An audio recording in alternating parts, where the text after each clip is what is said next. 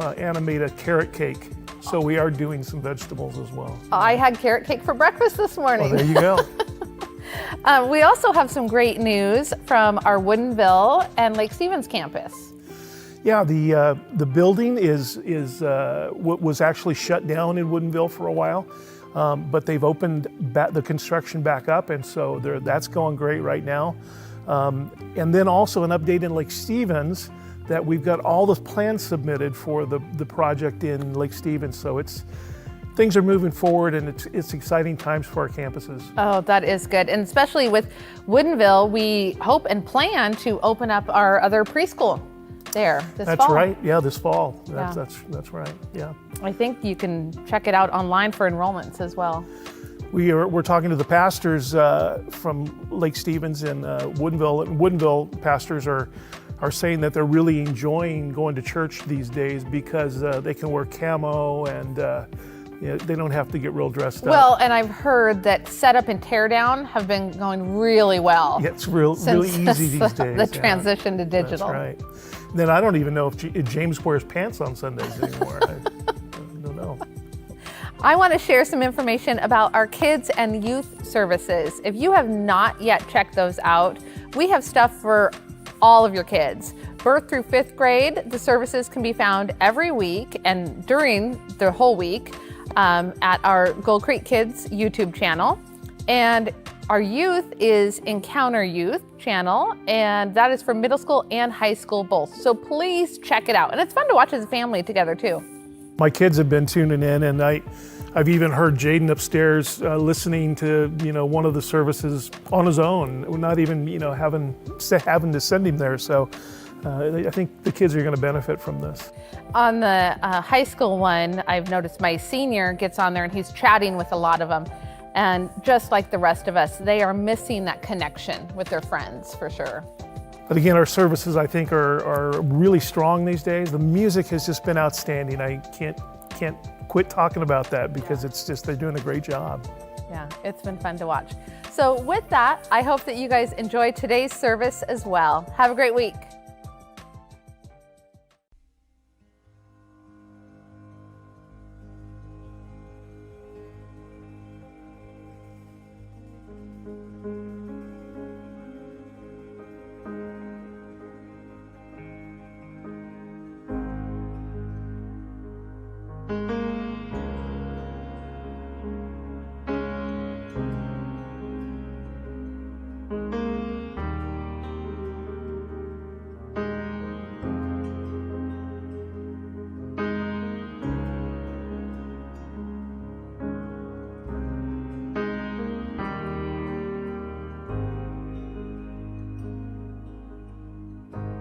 Lord bless you and keep you, make his face shine upon you, be gracious to you. Lord turn his face toward you and give you peace.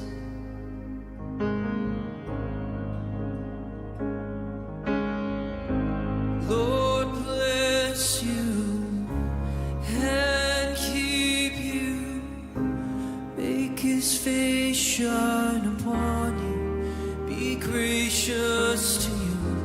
Lord turn his face toward you and give you peace. Amen.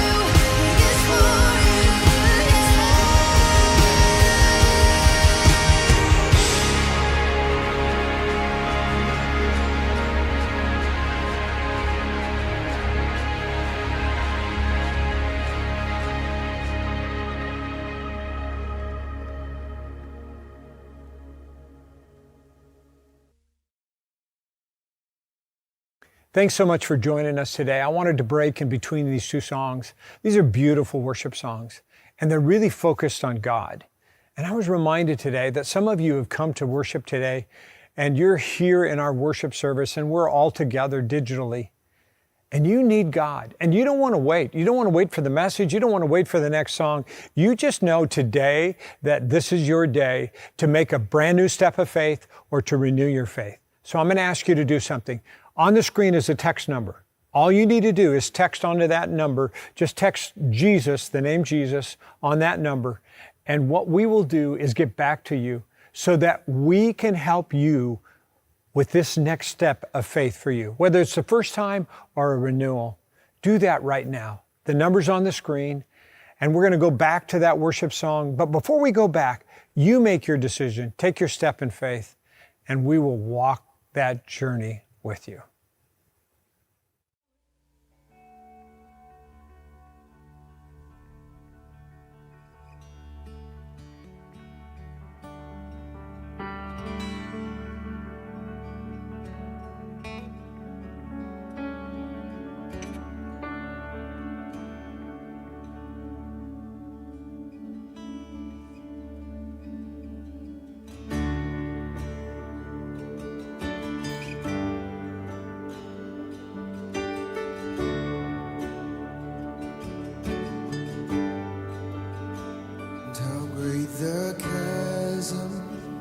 That lay between us, how high the mountain I could not climb.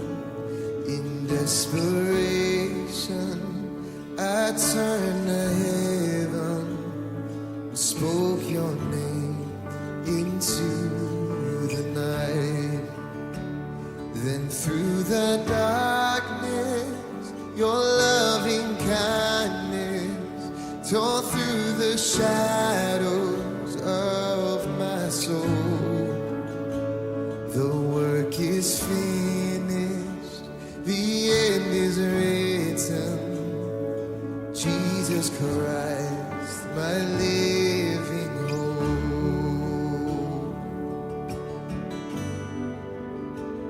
Who could imagine so great a mercy?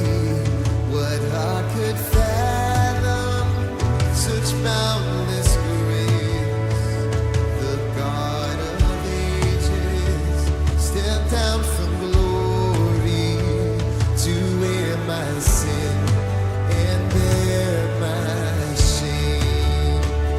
The cross has spoken, I am forgiven. The King of Kings calls me his own. Beautiful Savior, I'm yours forever. Jesus Christ, my living hope. Come on.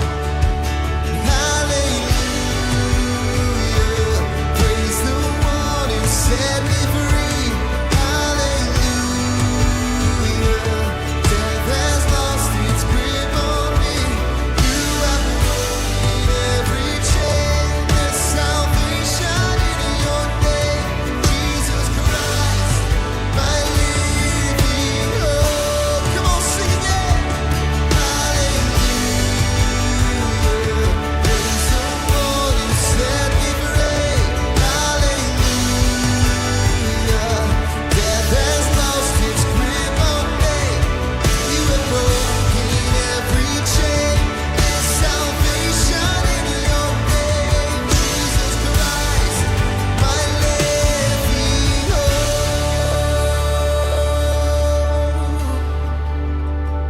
Then came the morning that sealed the promise. The buried body began to ring. Out of the silence, the roaring lion declared the grave has no claim on me. Then came the morning that sealed the promise. Your very body began to break. Out of the silence, the roaring lion declared the grave has no claim on me.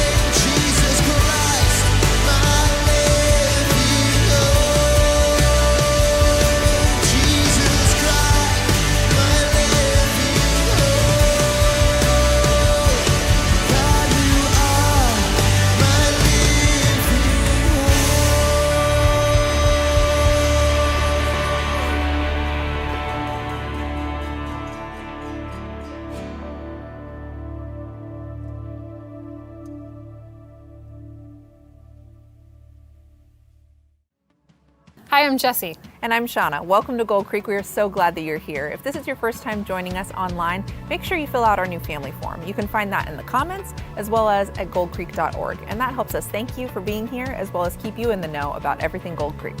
We're wondering, what's the favorite thing that you've made while you've been at home? I'm gonna say that it's a chicken enchilada soup that my picky eater actually enjoys. I made some pretty good cilantro lime chicken shared from our Gold Creek Mops Facebook group. So we want you to share below what's your favorite thing that you've cooked this quarantine.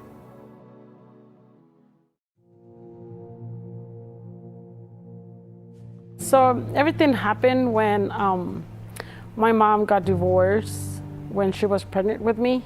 She was in Mexico with my dad, and then my mom decided to move to the United States because she was getting divorced. And we were living here on the household. It was my aunt, my uncle, and my grandpa, and one of my cousins that it was an older guy. My cousin, it was sexually touching me. I consider he was like raping me every single day since I was 6 till I was 11. And I stopped because my grandpa decided to take me back to Mexico. And believe it or not, but I forget this guy. I forgive him. Last year, New Year's, I shake his hand. And he gave me a hug. So, God can.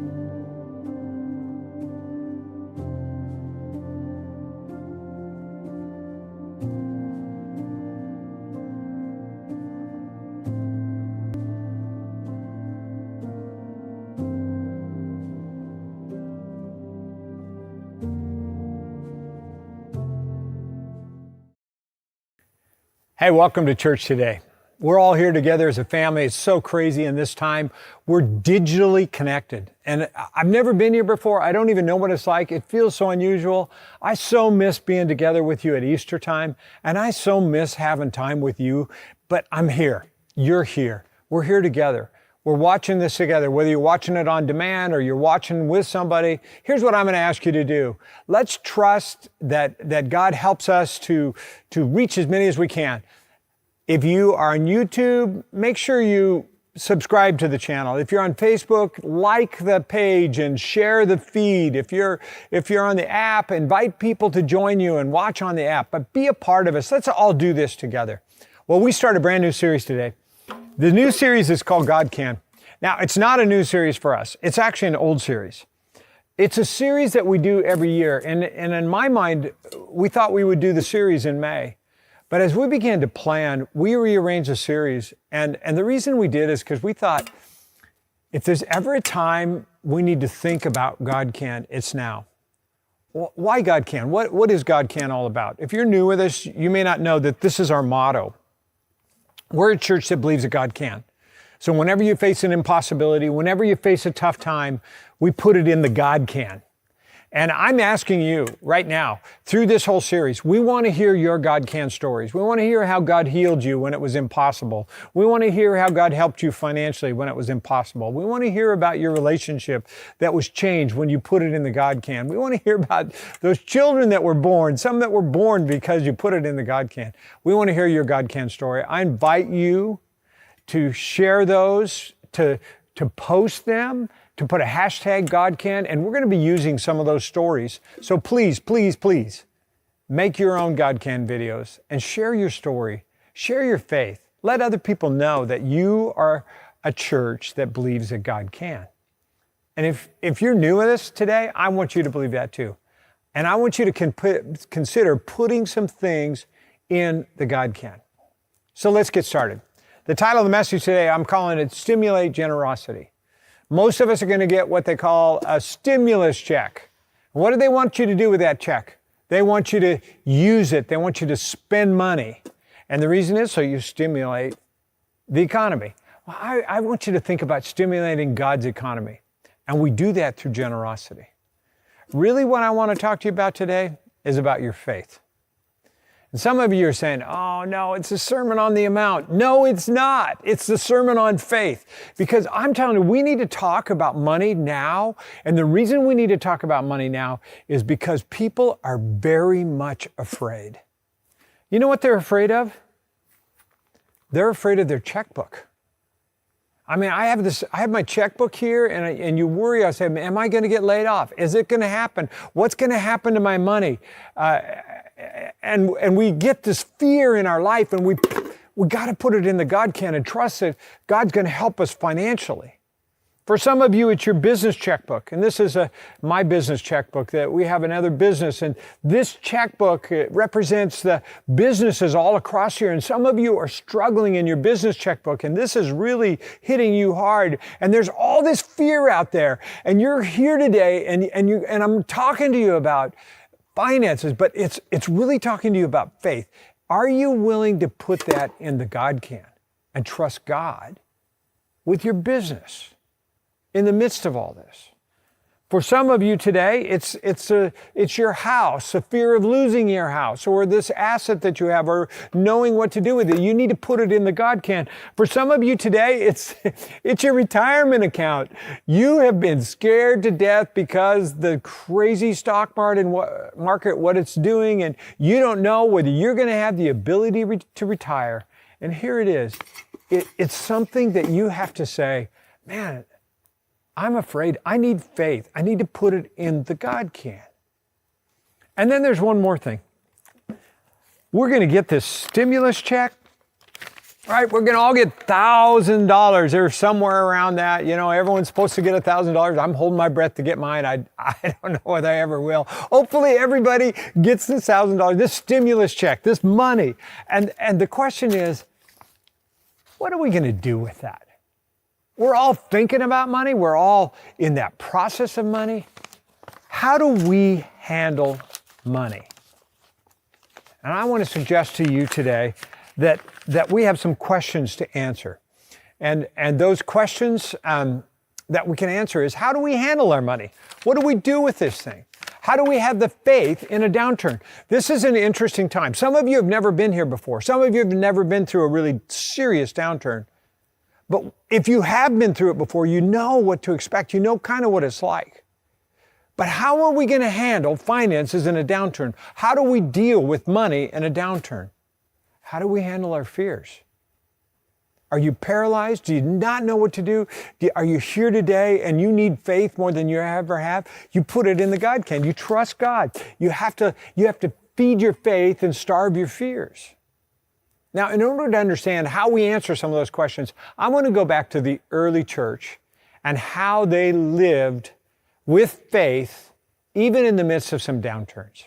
Take a look at this verse. We're going to go back to Acts chapter 4. If you don't know the story of the early church, I encourage you to read it. The first 4 chapters of Acts will tell you right after when Jesus was resurrected and he went up into heaven. And then he left the disciples behind. And the disciples had this huge growth. The church went from 0 to a couple thousand to 4,000 to 5,000. This became a mega church overnight. This church was crazy. Now, in chapter 4, something unique happened. The apostles, the disciples, were arrested. They were dragged into court, this high court, this religious court of sorts. They were told they were not allowed to talk about Jesus. They were told they were not allowed to teach what they were. They were told they can't get together. They were threatened to be whipped and beaten. They were told all these different things. And after all of that, they came out of there and they were completely full of the Holy Spirit and sharing it even more so, defying the order. These apostles were facing a downturn. But an amazing miraculous thing happened. All these believers were united in heart and in mind. And I was thinking about that today. I think there is a certain amount of unity amongst the church family. There's a certain amount of unity amongst Christians in the midst of this time where we're kind of banding together in the midst of a downturn. And that's a really good thing. And that's what happened to them in the midst of their difficult times, in the midst of being told they can't meet and things are going to get rough for them. What does it says? All these believers are united in heart, one mind. They felt that what they owned was not their own, so they shared everything they had. You know, this could be today. And so I want you to think with me. How do you think like they did? How do we think like they did? There's ways that we do that. You have to overcome some myths and hang on to some truths. So let me give you the first myth. The first myth is this, that somehow what I have is mine. Now, I think about that.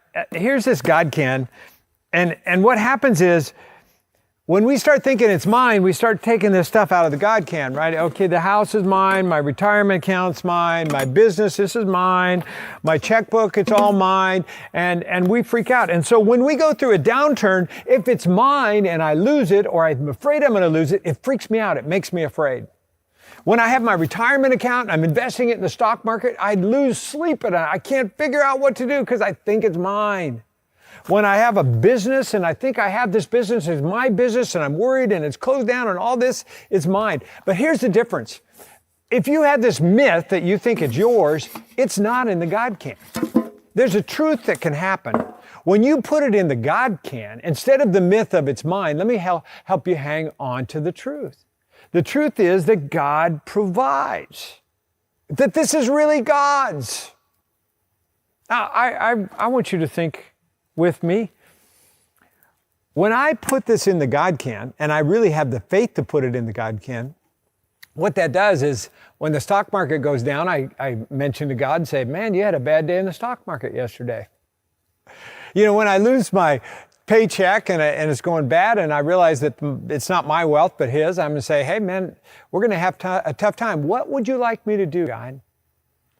When it becomes His stuff, and when it becomes His checkbook and His business and His stuff, it is so much easier to handle it because I have the partner, the God of the universe, on my side because I believe God can.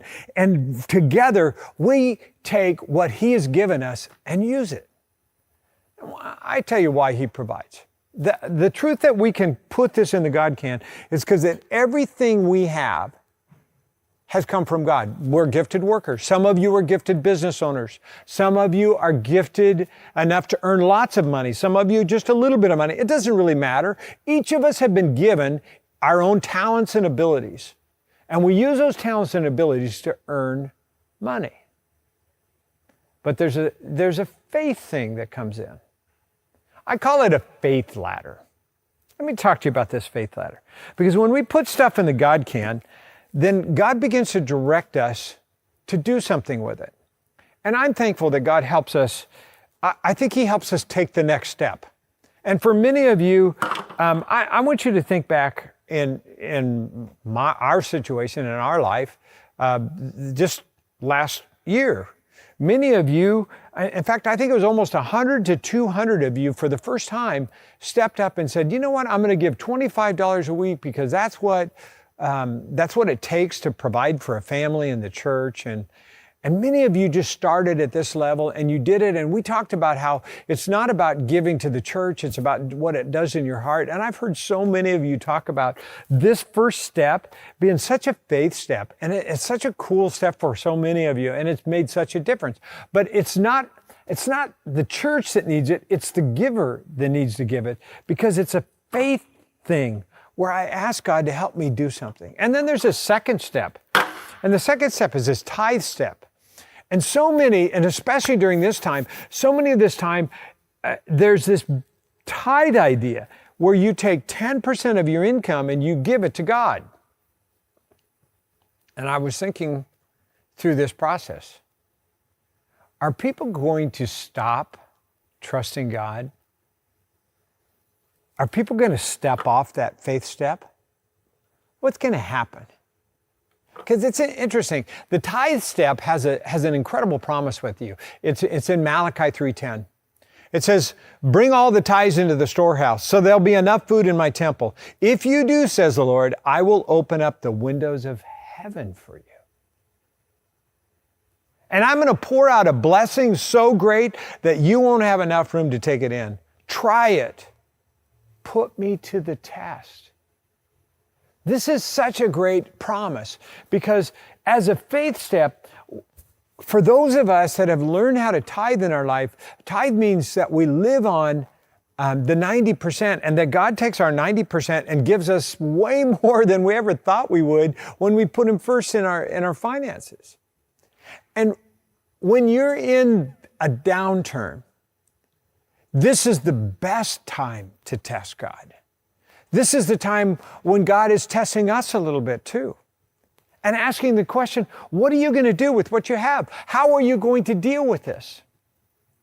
Now, some of you today, as you're listening, this is a difficult topic, but it doesn't have to be. It's a faith topic. It's a realization today, and I've seen this so often in different downturns. I notice that people that tithe have such a strong faith. When they know that there's a downturn, and some people have lost their job, some people have lost their paycheck, some people I've lost almost everything. But they come to this place where they realize, hey, I've been putting God first in my life. There's a blessing coming. They have a faith that goes beyond where they are right now. I want to illustrate that. 27 years ago, we started Gold Creek. Last week was the 27th Easter that we started. This would have been the second Sunday that we would have started 27 years ago. But it was a huge downturn. You don't remember this. Many of you probably were born after this. I don't know. But 27 years ago, it was a downturn in the economy. Housing was down, economy was down. It was a difficult time to find a job. In my case, I had a health issue that had put me in bankruptcy in my health, and God healed me, and I began to ask God to help us start a church, and we started the church, and I couldn't afford the house because I had sold my other house on a contract, and there was a default on the contract, and creditors were coming after me. I was almost bankrupt. It was just crazy. It was crazy. And in the midst of all that, I just trusted God to help us start something from nothing. And I'm telling you, I can't tell you all the blessings time and time again. And through that whole time, no matter what came in, I put God first in my finances. And because I put God first in my finances, I knew He was going to help me through all the difficult things that I was going through. It was such a faith step for me. And God helped us start this church. You know what I'm excited about? I've got 3 different businesses that are starting in the middle of the coronavirus quarantine. They've announced that they're starting their business. I can't wait to hear their story. They're starting in a downturn. And maybe some of you are listening today and you just need to hear this today. I want to tell you, God wants to bless you and help you in your circumstances. He'll help you through it if you put it in the God can. If you begin to have some faith that God's going to come through for you. Now there's the passage back in Acts in the early part goes on.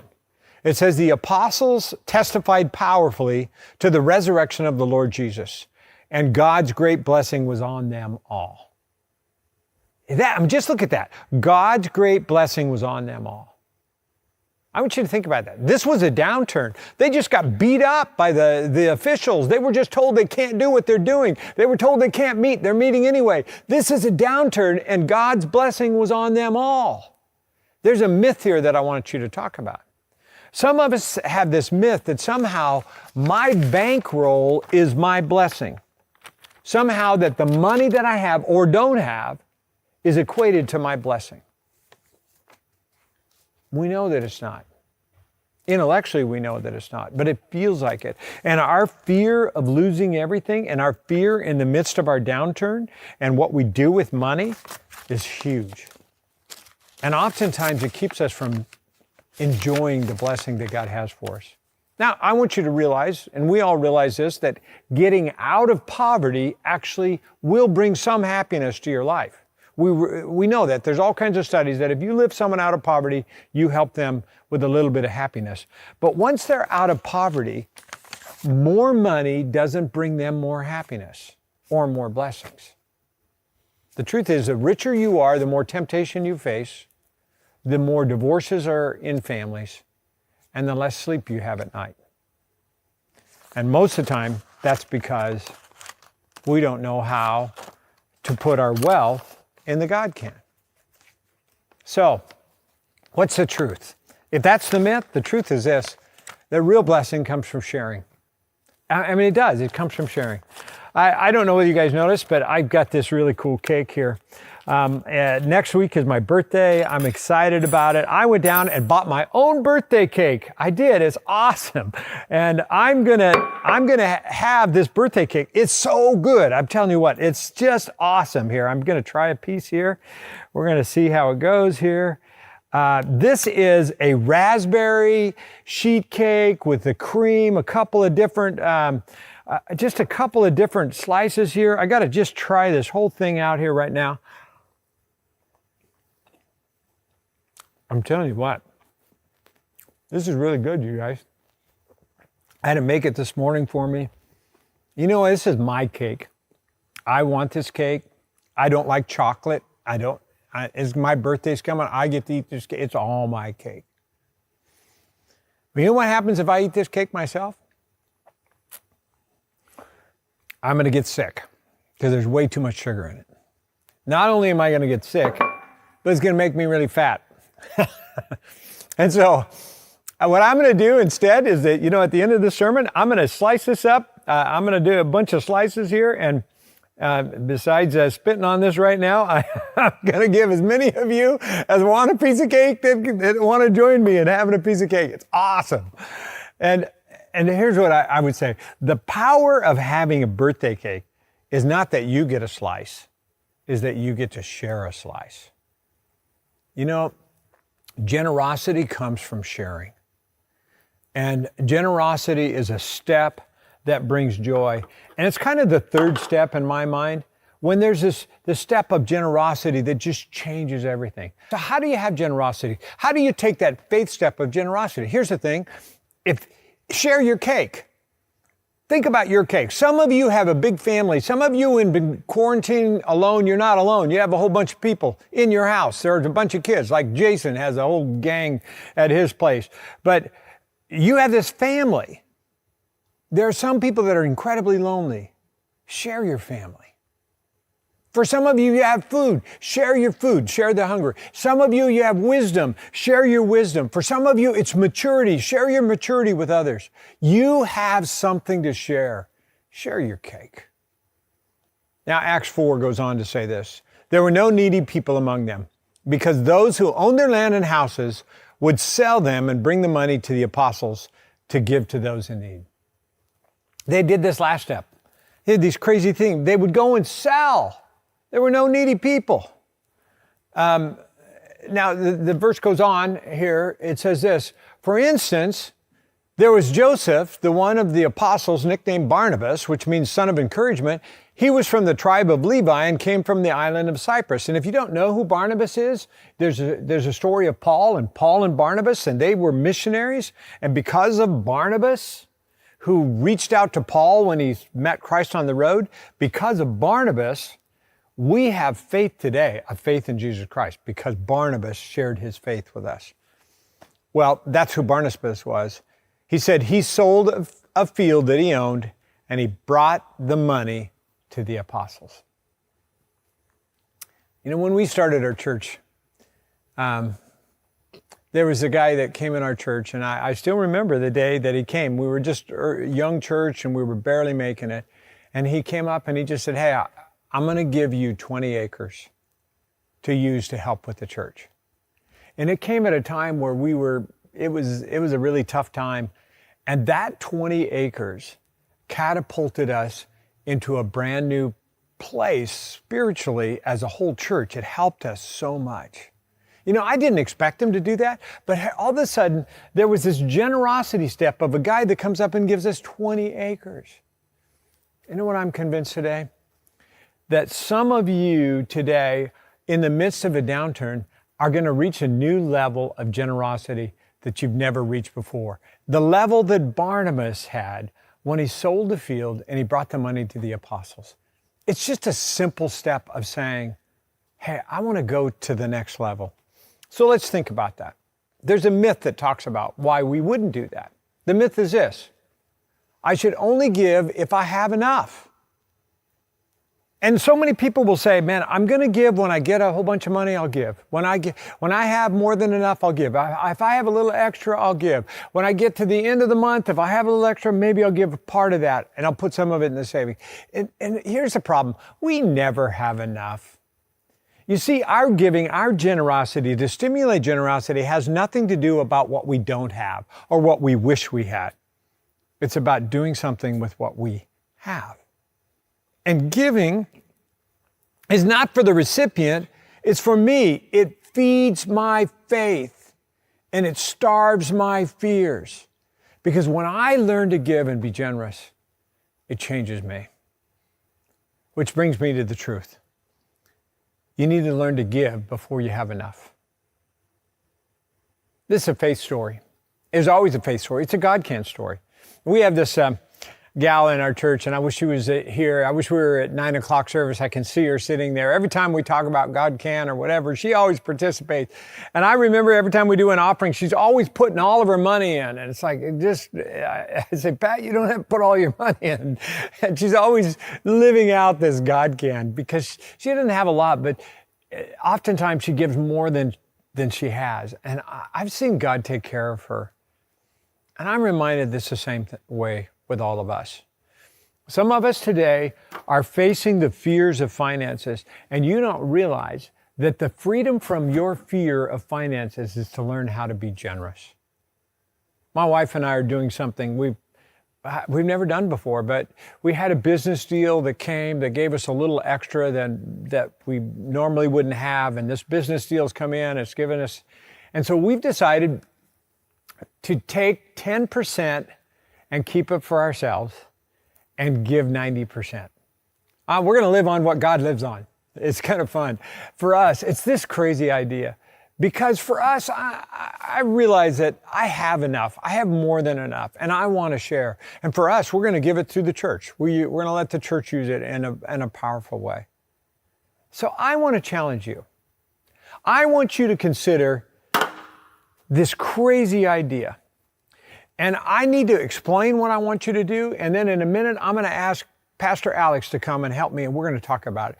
At the beginning of this message, at the beginning of this God Can series, we thought we'd do something absolutely crazy. And this may be the biggest flop we've ever done.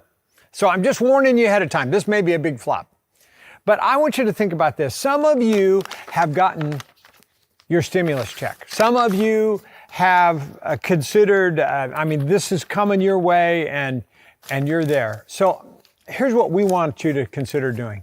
First of all, when you get your stimulus check, we know that you'll take 10%, $100 out of 1,000, and you give it to God. That's a given thing. But with the rest, with this other 90%, what are you going to do with it? If you today have a need, a deep need, and you're desperate for this, and this is really helping you, you need to keep it, you need to use it, you need to trust God to help you manage it as best you can. For some of you, you have enough, and you maybe only need a portion of it, and so you have 200 extra, and you have enough margin in your life to where you could say, you know what, I could help somebody else with this stimulus check. For some of you, you don't really need this stimulus check. And you don't really, you want to stimulate economy, but you don't want to spend it. We have a challenge for you. This is called Stimulate Generosity. And we're going to tell you how to do it. I'm going to ask you to consider joining us and putting what your need is in the God Can, and also what you have in the God Can. And so I'm going to invite Pastor Alex to come and join me. And we're going to share how you can do that right now. Alex, thanks for joining me. I purposely saved the time that we would talk about money, encouraging people to give, to the end of the service. And if they're a regular giver at Gold Creek, how do they do that? A regular giver, you can go on our app or our website, or simply text 77977, and then in the message part, GC Mill Creek, and it will give you a link of how to get right to PushPay, and that's how you give your regular giving, be that way. We want you to be faithful in your regular giving. And if you get a stimulus check, start right there. Put 10% in. Just trust God. Maybe you've never done that before. Test God. with that. See what he does with that, just to start with. So that's the start. We're asking people to give. Now, the second challenge that we had is we challenge you to take a generosity step. And there's a link on there called a generosity link. You can click that right now and go to that and start to fill that out. But let's talk about that. What did you think of this idea, Alex? He's laughing a little bit because yeah, he had some. When we were in this whole process, we just were trying to figure it all out. And you've been through a lot of downturns in your life. Yeah, that's how I ended up here on staff at the church, was through a banking downturn. But our heart, I want you to hear our heart. Our heart is that we want people to take this generosity step. And there's two ways that this is going to come down. When you click that generosity link, you're going to either suggest that I have a need for the person that is in a tough spot. Man, they just got tough news. They have a health issue, or they have they've lost their job, or they have a tough story. That person, we want to help. We want to be able to provide some resources for you. You yourself are getting a stimulus check, but it's not enough and you need more. We want you to describe that need, tell us what your need is. And then what we're going to do is connect you with someone else that goes to that same generosity link and says, I have enough to share. When we ask you to share, maybe for some of you, you say, I only have 100 out of that stimulus that I'm willing to share, or 200, or all of it. Or if you don't even get a stimulus check, you're willing to set aside some money to do that. I really encourage you to go there and to click that generosity link and fill it out and say, I'm willing to help. And then what we're going to do with a volunteer, tell them what's going to happen. So we're going to have a volunteer who's going to match up those that have a need to those that can give. And some maybe will be able to do more than a couple people. Some that have a need may need more than a few people. We're going to see how it all works. We don't know. But there's no guarantee that you will get all you ask for. If you fill out this need request and you have a huge need, we're probably not going to be able to fit all the needs. So no guarantee. And there's no guarantee that someone's going to be completely honest. Yeah, we'll do our best to go through and to try to vet what we can and to look at it, but we can't guarantee that the money won't be used for something that they didn't say it was be used for. We're going to do our best, but we recognize this Stimulate Generosity is about letting God do His work. And we kind of believe that God's going to put the right people together for the right reasons. And you had even another thought. If they don't want to click the generosity link, how would they do it? Well, you might be in a spot that you know somebody, it's a neighbor, a friend, whoever it might be, that is in that bad spot that you know, that maybe isn't watching this message. And you might say, okay, I feel God laying that person on my heart. And we're saying, go to them. You don't have to go through the sheet and have them fill out fill out the need so we can, go to them and help them. Be the church. The church is not based in a building. We're learning that. The church is everywhere. Yeah. So just to say it again, this was not the giving talk today. We had this crazy idea that we would stimulate generosity outside of the church. You're not giving, don't give it through the church. We're not taking this through the church. Right. This is you giving directly to each other to meet each other's needs, and also being able to admit that you have a need that somebody could help you with. So we're going to help connect you. And let's just see what God does. I want to hear some God can stories. I'm excited for that. Yeah, I am too. Let's stimulate generosity, and we'll see you next week at Gold Creek.